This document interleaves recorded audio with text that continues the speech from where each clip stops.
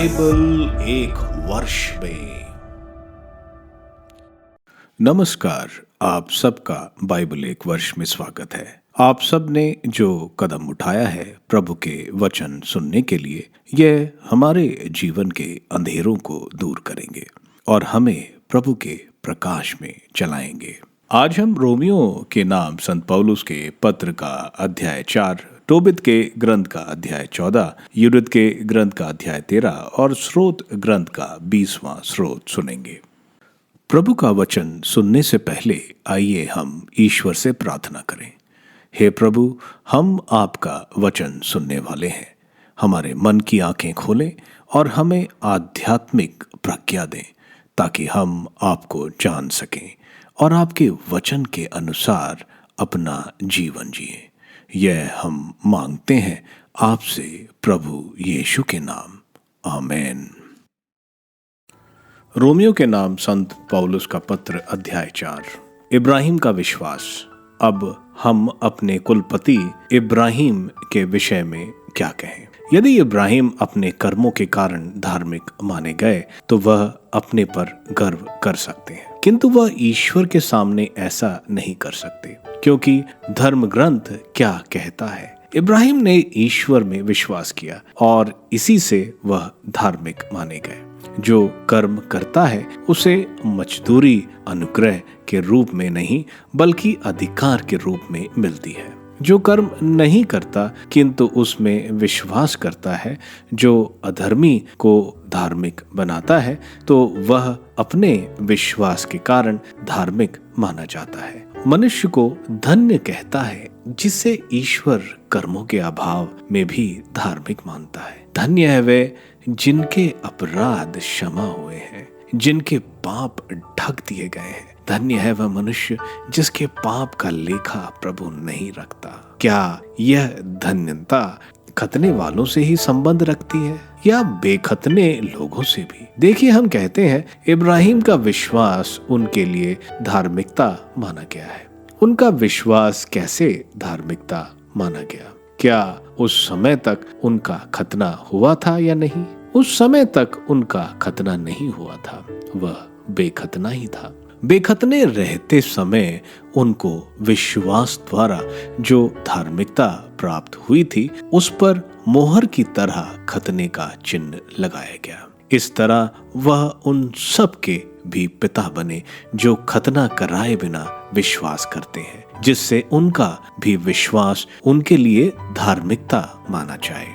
इब्राहिम उन खतने वालों के भी पिता बने जो न केवल खतने पर निर्भर रहते हैं बल्कि हमारे पिता इब्राहिम के उस विश्वास के पथ पर चलते हैं जो उन्हें खतने से पहले प्राप्त था। ईश्वर ने इब्राहिम और उनके वंश में प्रतिज्ञा की कि वे पृथ्वी के उत्तराधिकारी होंगे। वह इसलिए नहीं हुआ कि इब्राहिम ने इस संहिता का पालन किया, बल्कि इसलिए कि उन्होंने विश्वास किया और ईश्वर ने उन्हें धार्मिक माना है। यदि संहिता के अधीन रहने वाले ही उत्तराधिकारी बनते हैं तो विश्वास व्यर्थ है और प्रतिज्ञा रद्द हो जाती है, क्योंकि संहिता का परिणाम प्रकोप है, जबकि संहिता के अभाव में किसी आज्ञा का उल्लंघन नहीं होता।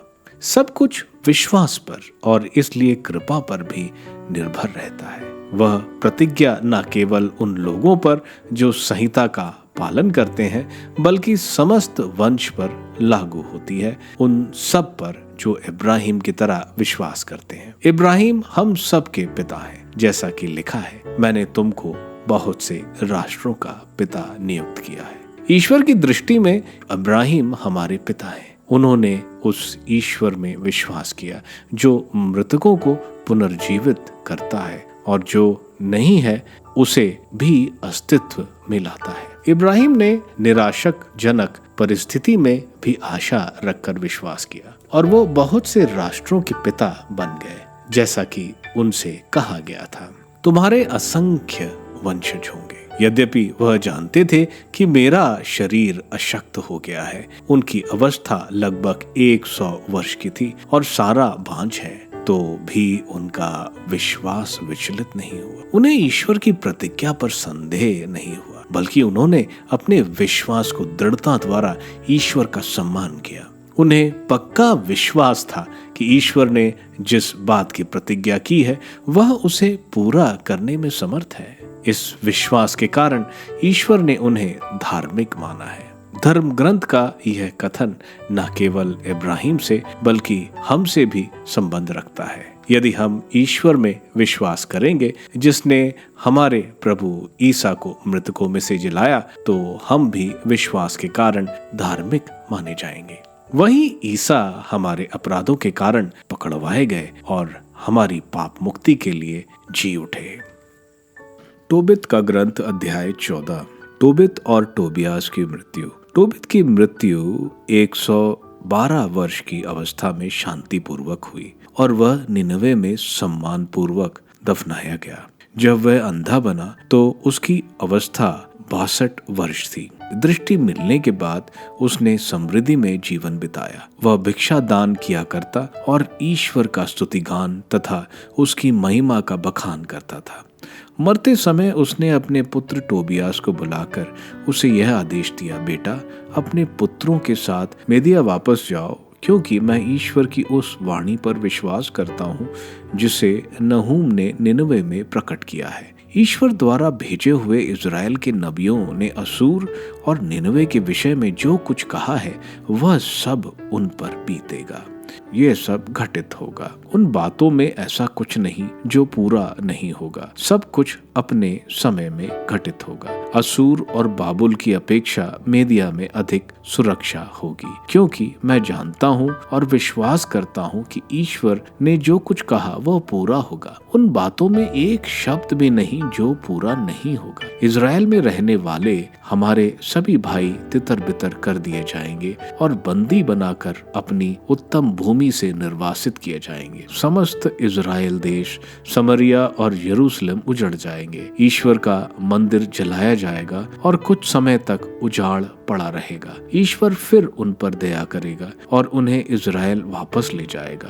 वे मंदिर का पुनः निर्माण करेंगे। वह पहले मंदिर जैसा नहीं होगा। समय पूरा हो जाने तक बना रहेगा। जब वे सब अपने निर्वासन से लौटेंगे तो वह उसकी पूर्व भव्यता के अनुसार यरूशलेम का निर्माण करेंगे और उसमें ईश्वर का मंदिर बनवाया जाएगा, जैसे कि उसके संबंध में इज़राइल के सभी नबियों ने कहा है। समस्त पृथ्वी के राष्ट्र ईश्वर की ओर अभिमुख होंगे, उस पर सच्ची श्रद्धा रखेंगे और अपनी सभी देव मूर्तियां छोड़ देंगे जो उन्हें कपट पूर्वक भटकाती थी। वे धर्माचरण करते हुए शाश्वत ईश्वर का स्तुतिगान करेंगे। जो इज़राइली उन दिनों निर्वासन से मुक्त हो जाएंगे वह यरूशलेम में एकत्रित होंगे। उन्हें इब्राहिम की भूमि दी जाएगी और वह उसमें सुरक्षित होकर सदा के लिए निवास करेंगे। जो लोग सच्चाई से ईश्वर को प्यार करते हैं वह आनंदित होंगे, किंतु जो अधर्म और पाप करते हैं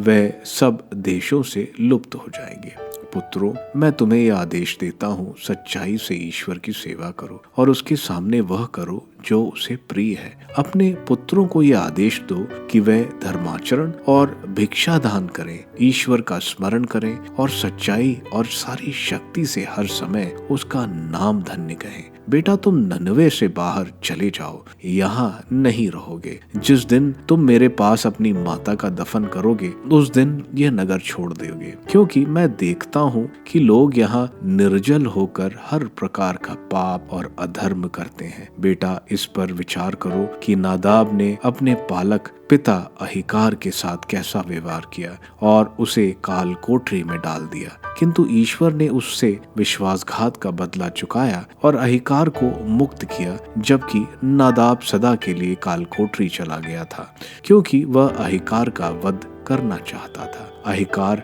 भिक्षा दान किया करता था, इसलिए वह मृत्यु के उस फंदे से बच गया जिसे नादाब ने उसके लिए बिछाया था, किंतु नादाब उस फंदे में फंस गया और उसकी मृत्यु हो गई। बेटा, इस प्रकार तुम देखते हो कि भिक्षा दान और अधर्म का परिणाम क्या है। अधर्म विनाश की ओर ले जाता है। अब मेरे प्राण निकल रहे हैं। उन्होंने उसे पलंग पर लिटाया, उसकी मृत्यु हो गई और वह सम्मान पूर्वक दफनाया गया। जब टोबियास की माता मरी तो उसने उसे अपने पति के पास दफनाया और वह पत्नी के साथ मेदिया चला गया, जहाँ वह अपने ससुर रगेल के यहाँ रहा। उसने अपने बूढ़े सास ससुर का आदर करते हुए उनकी सेवा की और मेदिया के बत्ताना में उनको दफनाया।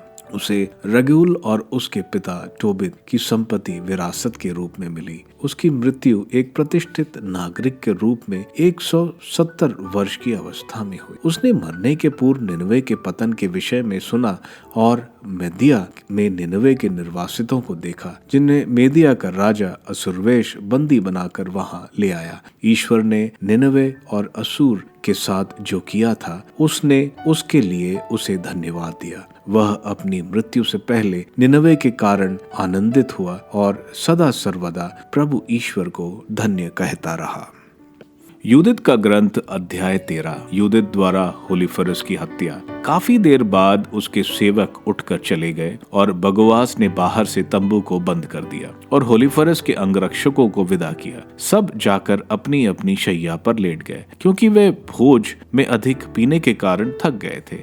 यूदित तंबू में अकेली रह गई। होलीफरस मद्यपान से बिल्कुल बेहोश होकर अपनी शैया पर पड़ा था। यूदित ने अपनी सेविका को आज्ञा दे रखी थी कि वह शयन कक्ष के निकट रहे और वह जैसे हर दिन करती थी वैसे ही उसके बाहर निकलने की प्रतीक्षा करे। उसने उससे कहा था कि वह प्रार्थना करने जाएगी और बगवास से भी उसने यही कहा था। अब होलीफरस के पास से सब लोग जा चुके थे, एक छोटा क्या बड़ा, कोई भी उसके शयन कक्ष में नहीं रह गया था। यूदित ने उसके सिरहाने के पास खड़ी होकर कहा, प्रभु प्रभु सर्वशक्तिमान ईश्वर, यरूशलेम के महिमा के लिए इस घड़ी मेरे हाथों के कार्य पर ध्यान दे, क्योंकि अब अपनी विरासत की सहायता करने और उन शत्रुओं के विनाश के लिए मेरी योजना पूरी करने का समय आ गया, जिन्होंने हम लोगों पर आक्रमण किया। उसने होलीफरस के सिरहाने के पाए के पास जाकर उस पर से उसकी तलवार उठा ली, फिर पलंग के निकट जाकर और उसके सिर के बाल पकड़कर बोली, इज़राइल के प्रभु ईश्वर, मुझे आज शक्ति प्रदान कर। उसके बाद उसने पूरी शक्ति से उसकी गर्दन पर तलवार से 2 बार प्रहार किया और उसका सिर धड़ से अलग कर दिया। तब उसने उसका धड़ पलंग से नीचे गिरा दिया और डंडों से मरहरी खोलकर वह बाहर निकली और उसने होलीफरस का सर अपनी सेविका को दिया। उसने उसे भोजन का सामान रखने की अपनी थैली में डाल दिया। इसके बाद वे दोनों पहले की तरह प्रार्थना करने के बहाने निकल पड़ी। पड़ाव पार कर वे घाटी के किनारे किनारे गई और बेतुलिया के पहाड़ पर चढ़कर उसके फाटक के पास जा पहुंची। बेतुलिया में वापसी। यूदित ने दूर से ही फाटक के पहरेदारों को पुकारा, खोलिए, फाटक खोलिए। ईश्वर, हमारा ईश्वर सचमुच हमारे साथ है, जिससे वह इज़राइल में अपना सामर्थ्य और हमारे शत्रुओं के विरुद्ध अपना बाहुबल प्रदर्शित करे, जैसा कि उसने आज किया। उसके नगरवासियों उसकी आवाज पहचानने पर जल्दी जल्दी नगर के फाटक के पास दौड़े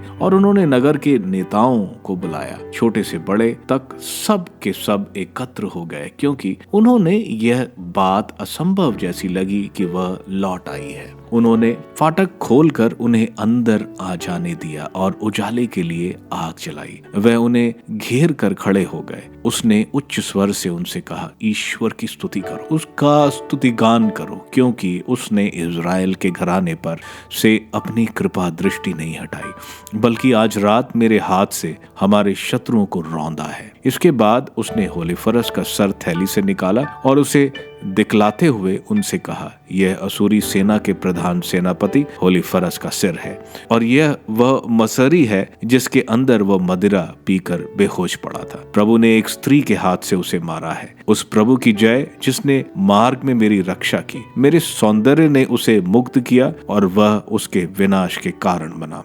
वह मुझे भ्रष्ट और कलंकित करने के लिए मेरे साथ कोई पाप नहीं कर पाया। सब लोग बड़े विस्मित हुए और नतमस्तक होकर ईश्वर की आराधना करने लगे। वह एक स्वर से यह कहने लगे, हमारे ईश्वर धन्य है तू, आज तूने अपनी प्रजा के शत्रुओं का विनाश कर दिया है। तब उजिया ने उससे कहा, पुत्री, तुम सर्वोच्च ईश्वर की कृपा पात्र हो, तुम पृथ्वी की सब नारियों में धन्य हो। धन्य है हमारा प्रभु ईश्वर, स्वर्ग तथा पृथ्वी का सृष्टिकर्ता। उसी ने हमारी शत्रुओं के नेता के सर काटने में तुम्हें सफलता दी है। जब लोग हमारे ईश्वर के सामर्थ्य का स्मरण करेंगे तो वे अनंत काल तक तुम्हारी प्रशंसा करेंगे। प्रभु तुम्हारी कीर्ति सदा बनाए रखे और तुम्हें आशीर्वाद प्रदान करता रहे, क्योंकि अपनी जाति की दुर्गति देखकर तुमने अपने प्राणों की चिंता नहीं की, बल्कि तुम हमारी विपत्ति दूर करने के लिए हमारे ईश्वर द्वारा निर्दिष्ट मार्ग पर निसंकोच आगे बढ़ी। और सारी जनता बोली थी, आमेन आमेन।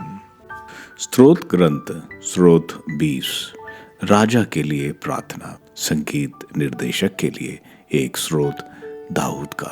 संकट के समय प्रभु आपकी प्रार्थना सुने, याकूब के ईश्वर का नाम आपकी रक्षा करे।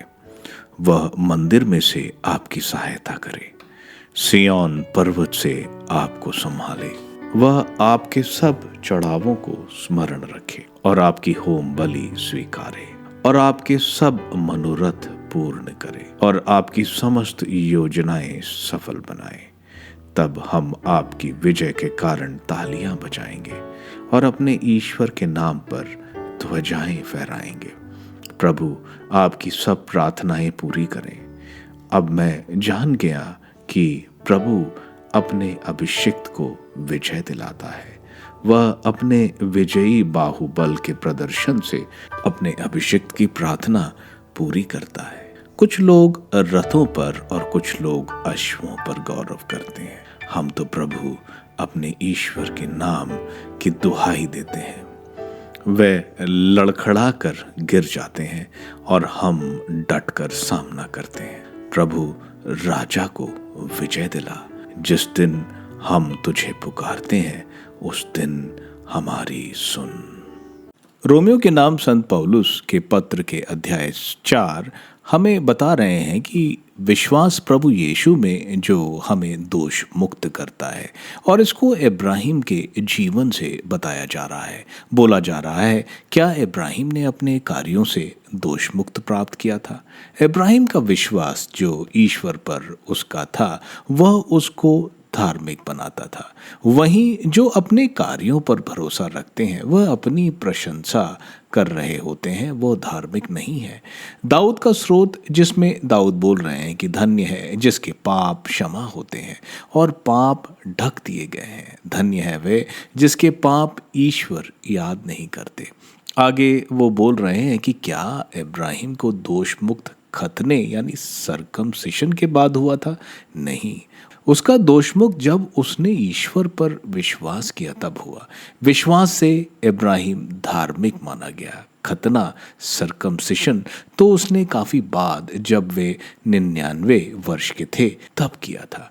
इब्राहिम की धार्मिकता उसके कार्यों से नहीं बल्कि उसका ईश्वर पर विश्वास उसको धार्मिक बनाता था। इसलिए इब्राहिम को यहूदी और अन्य जातियों दोनों का पिता माना जाता है। दूसरा, ईश्वर ने इब्राहिम को आशीर्वाद दिया कि उसके संतति को दुनिया की विरासत में मिलेगी।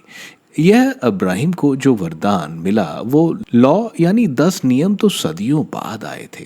यानी सर्कमसिशन यानी खतना और 10 नियम लोगों को आध्यात्मिक नहीं बनाते। आगे संत पौलुस बोल रहे हैं कि इब्राहिम के विश्वास के बारे में जब उनको ईश्वर ने कहा कि तुम्हारी संतति तारों से ज़्यादा असंख्य होगी, उस वक्त इब्राहिम के एक भी पुत्र नहीं थे। वह और सारा बहुत बूढ़े हो गए थे और उनके शरीर बच्चे पैदा करने का समय समाप्त हो गया था। लेकिन इब्राहिम को अपने कमज़ोर शरीर पर नहीं बल्कि ईश्वर की बात पर विश्वास था कि यह जरूर घटित होगा। यह सिखाता है कि हमें अपने विश्वास में स्थिर रहना चाहिए। टोबित के ग्रंथ के अध्याय 14 में टोबित टोबियास को अपनी अंतिम शिक्षा दे रहे हैं कि यह ननवे से चला जाए, और जब समय आ रहा है जब यहूदी अपने देश यानी यूदा के लोगों को सारे देशों में ले जाया जाएगा, निर्वासन में मंदिर तोड़ दिया जाएगा, लेकिन फिर जैसे ग्रंथों में बोला गया है ये वापस आएंगे, एक नया मंदिर जो पहले से ज़्यादा भव्य होगा उसे बनाएंगे, जब अन्य जातियां भी ईश्वर की आराधना करेंगी जो प्रभु यीशु में होगा। टोबियास टोबित को वादा करता है कि वो उनको दफनाने के बाद अपने ससुर के घर मीदिया चला जाएगा। टोबित की मृत्यु और उसकी पत्नी की मृत्यु के बाद टोबियास ऐसा ही करता है। यह अध्याय और टोबित का पूरा ग्रंथ हमें दिखाता है कि ईश्वर उनके लोगों का देखभाल करते हैं, चाहे जितने मुश्किल समय हो, ईश्वर जरूर उनकी देखभाल करते हैं। यूडिथ के ग्रंथ के अध्याय 13 में होलीफरस के सर को यूडिथ धड़ से अलग कर देती है। यह जनरल जो मदिरा में मग्न यूडिथ की शील भंग करना चाहता था, यूडिथ इसका सर धड़ से अलग कर देती है, और यह कार्य वो प्रार्थना करके करती है और ईश्वर से शक्ति मानती है। इस तरह यूडिथ जो अपने लोगों से प्यार करती है और अपनी जिंदगी दांव पर लगाती है और असीरियन के सबसे शक्तिशाली जनरल को मार देती है। स्रोत ग्रंथ का 20वां स्रोत एक शाही स्रोत है, एक प्रार्थना राजा की युद्ध में विजय का। आप सबको धन्यवाद ईश्वर के वचन सुनने के लिए। मैं आपसे विनती करता हूं कि आप बाइबल एक वर्ष में को दूसरों के साथ शेयर करें, क्योंकि प्रभु का वचन स्वयं प्रभु यीशु है। प्रभु को दूसरों को देने वालों को प्रभु की आशीष जरूर मिलेगी। मैं आप सबका बड़ी बेसब्री से कल इंतजार करूंगा। धन्यवाद।